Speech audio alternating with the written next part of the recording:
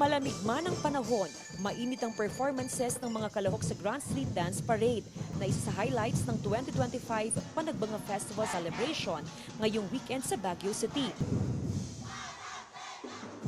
Level up ang performances ng contingents, pabonggahan, pasiklaban. Maaga pa lang, nakaabang na ang mga manonood sa kahabaan ng Session Road at Harrison Road. Kanya-kanyang kuha ng picture at video sa parada. Pagdating sa Melvin Jones Football Ground, dito na nagtagisan ng galing ang mga contingent. Una nagpakitang gilas ang mga street dancer mula sa elementary category. Cuteness overload ang performers mula sa 5 paaralan. Suot ang makukulay na costume na tatak cordillera. Bigay todo sa pag-perform ang street dancers. Dagdag atraksyon din ang mga matitingkad na props at makukulay na mga bulaklak. All smiles ang mga kalahok kahit babad sa araw.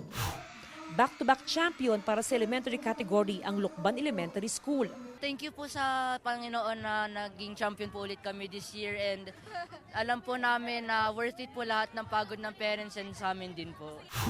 All-out performances din ang ibinida ng 7 kalahok sa open category, ang ipinagmamalaking festival sa iba't ibang lugar sa Pilipinas.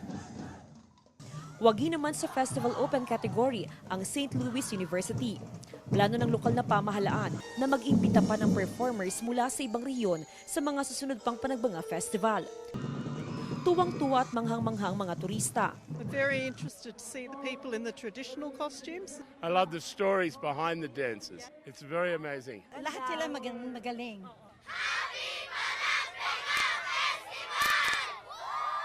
Para sa GMA Integrated News, Jasmine Gabriel Galban ng GMA Regional TV, nakatutok 24 oras.